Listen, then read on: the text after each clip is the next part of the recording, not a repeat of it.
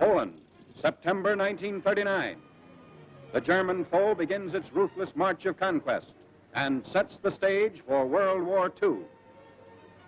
Poland's 34 million inhabitants, crushed, scattered, and enslaved. Tens of thousands of square miles of territory shrink before the movement of lightning-armored columns. Poland and the world learn the meaning of a grim new word, blitzkrieg. Here is shown the initiation of that phase of modern warfare. These pictures of the preparation for attack and later the actual combat were all made by German frontline cameramen. Therefore, they stress Nazi superiority. Success is unimpeded as Hitler's divisions move against outnumbered Polish defenders. Later, on other world battlefronts, the Allies are to destroy the myth of the invincibility of the Nazi armies. But this is Hitler at the peak of his armed might, and the record of a nation overrun in just days is of military as well as historical importance.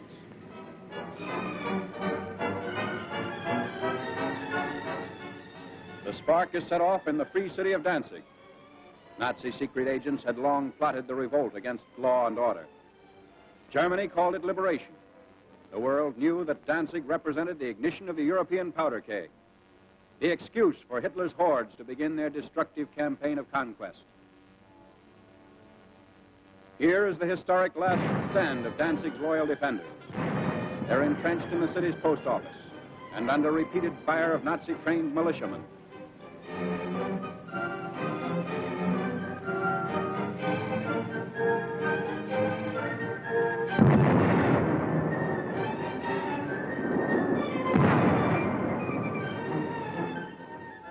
Taking cover behind an advancing tank, the attackers move in. Gasoline is sprayed on the building, and its doom is sealed.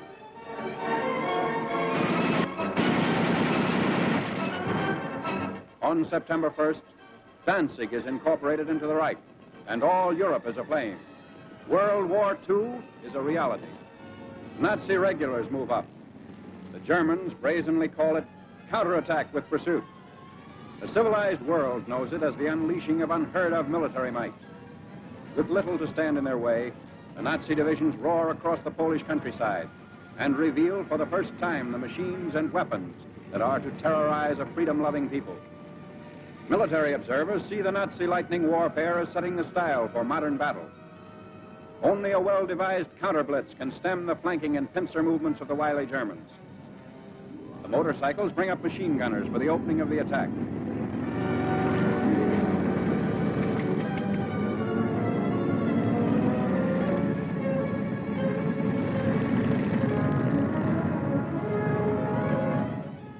Camouflage is used to best advantage.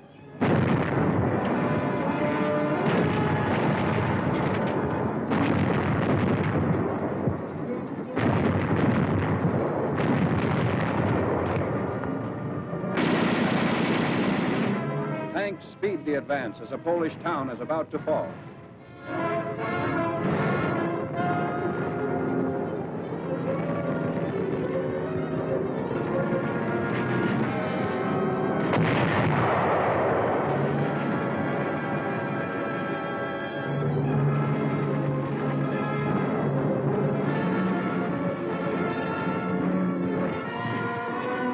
Before the day is out, the Nazis have occupied the town, which is still burning and in complete ruins.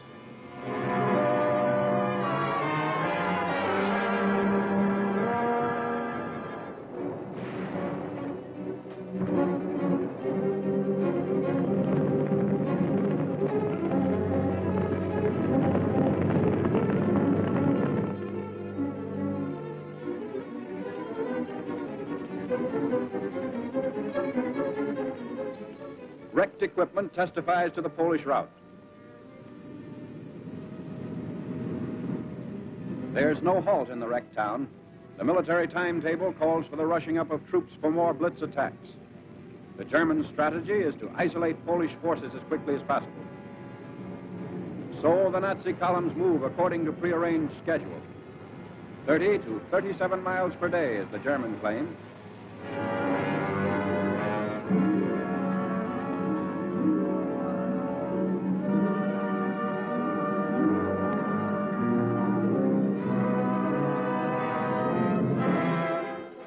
A strategic bridge across the Vistula River has been blown up by retreating Polish soldiers.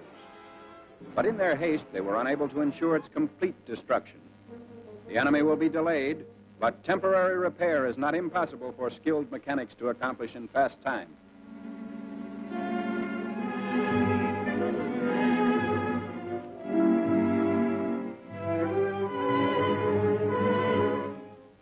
A German sapper detachment sent ahead of the fighting unit goes to work. These men are trained to construct emergency roads as well as bridges.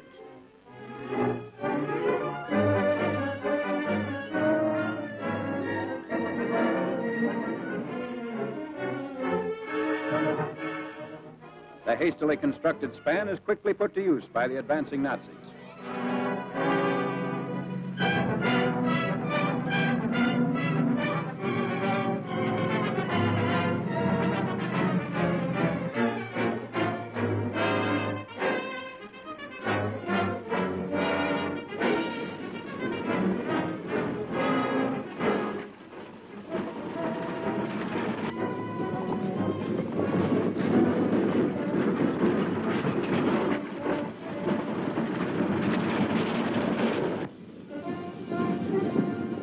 Many units don't even wait for the repairs. When bridges are scarce, shallow waters are forded.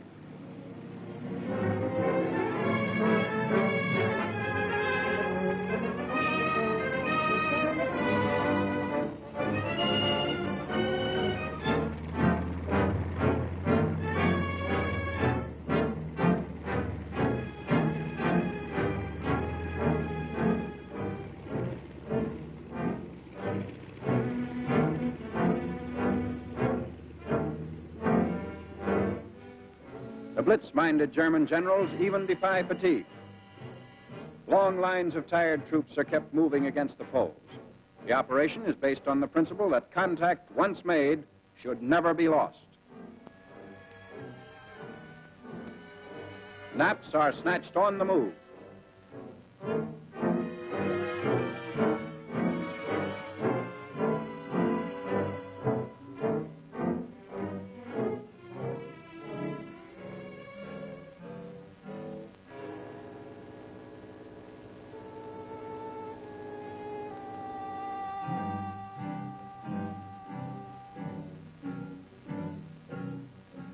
Complete halt comes only during the lull between battle movements.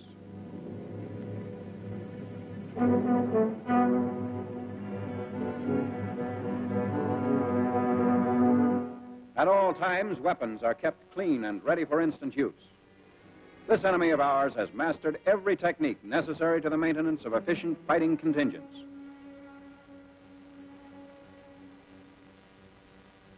The Polish harbor of Gdynia. For the defense of this vital seaport, the Poles have sunk ships to block the entrance of German warships.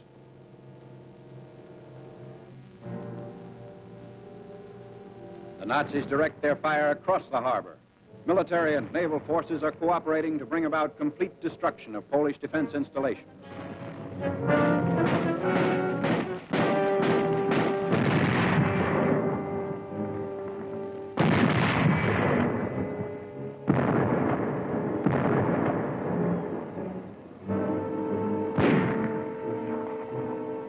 After a thorough bombardment, the outnumbered garrison of Gdynia surrenders.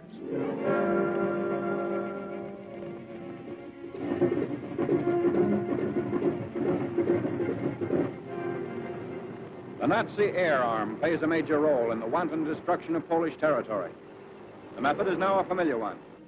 First reconnaissance planes go aloft to secure valuable photographic data. The aerial pictures will show the movement and position of Polish troops, and also the undefended sectors that will supply easy targets for Nazi bombs.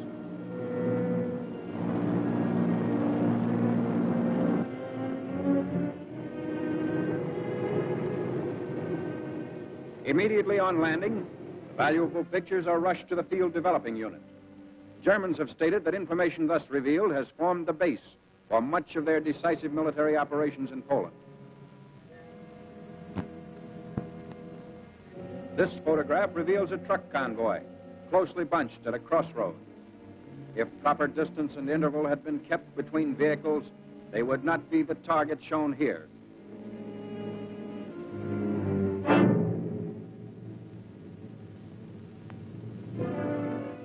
ground and Air Force raids are worked out with greater unity through the use of the aerial photographs.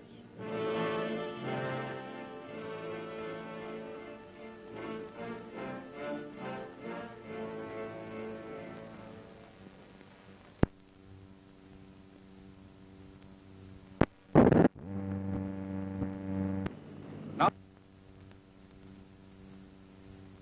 the preparation for attack by German fighter planes and bombers.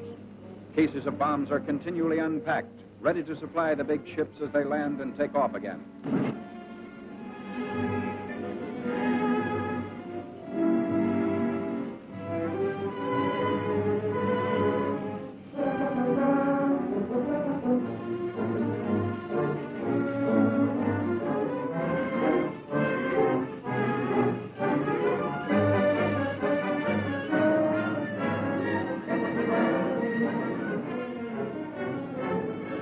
Wave after wave of destructive aircraft leaves the field.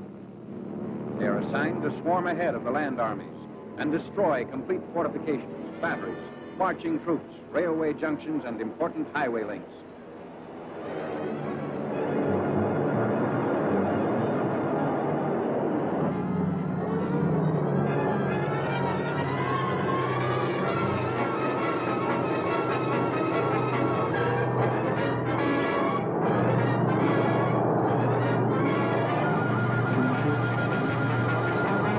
From the air, Germans are cutting off all avenues of escape for the Poles, who are now trapped in several pockets.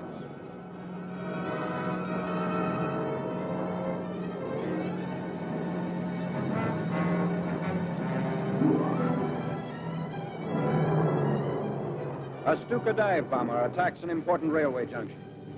He swoops down thousands of feet before releasing his bombs.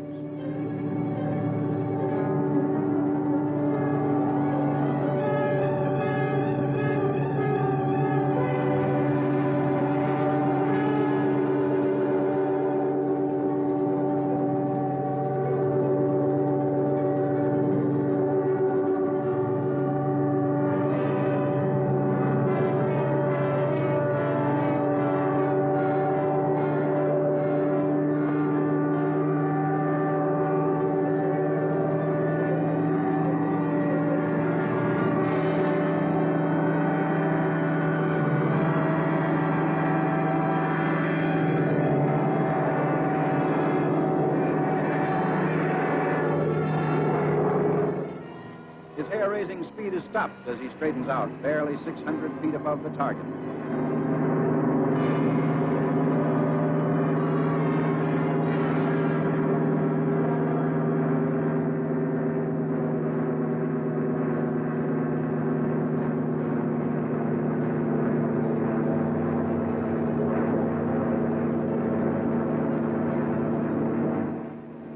Polish anti-aircraft fire is not sufficient to hold off this winged enemy. An awful panorama of ruin spreads out below. Bridges and communications have been destroyed. The railroad at this point has been rendered useless.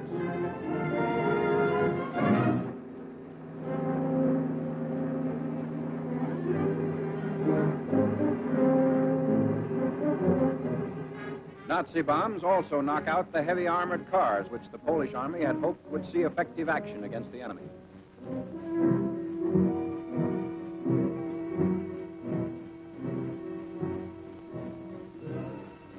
The siege of Warsaw. The big attack begins 31 miles outside the capital. Shells are dropped into Warsaw without let-up as day by day the Nazis forge a tighter ring of steel around the almost helpless city.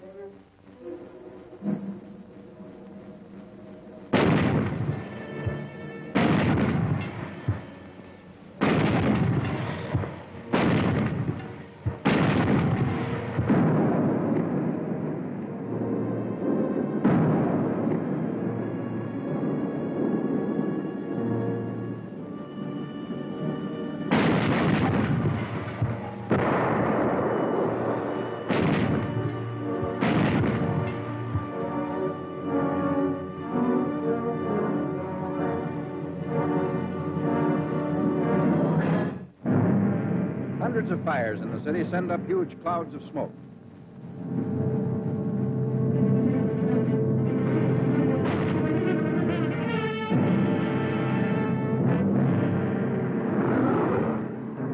Warsaw is lost. A vicious Nazi attack has left the city in ruins. The Blitzkrieg has won the first round. In less than 30 days, Poland has fallen. Warsaw's final surrender comes on September 27th.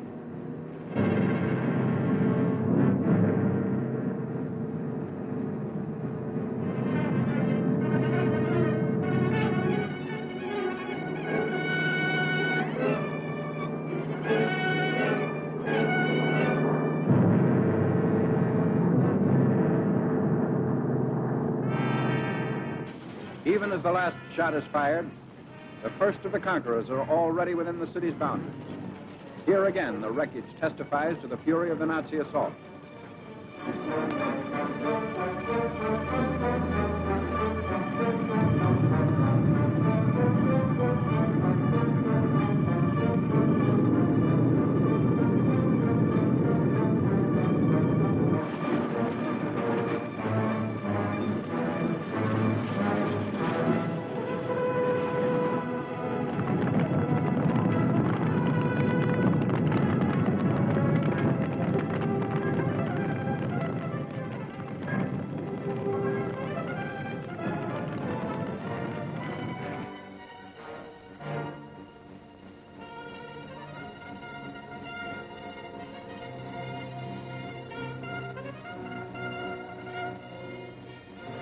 The occupation of Warsaw by the enemy is now complete. The Poles have fought bravely against this foe, but were overwhelmed by the sheer superiority of numbers and fighting equipment. Polish defenders come up to surrender their arms. Germans claim sizable quantities of guns and ammunition taken throughout the country. There was no time for the Poles to destroy their weapons. So quickly did the Nazis move in and dominate each position.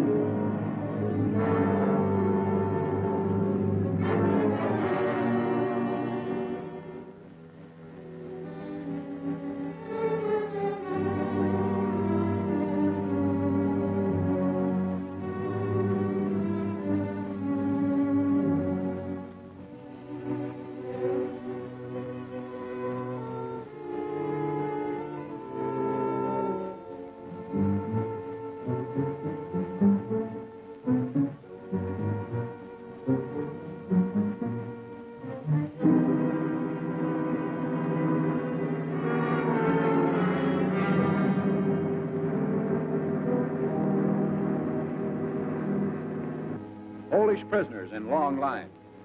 500,000 is the estimated total figure.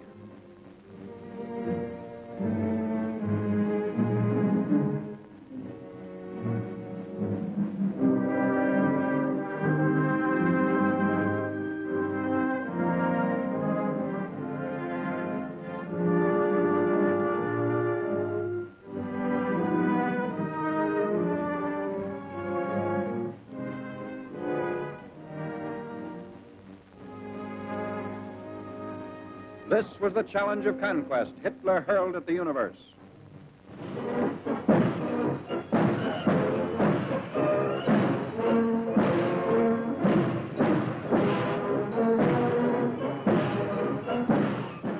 Arrogant, well-trained, the Nazis marched through Warsaw's streets.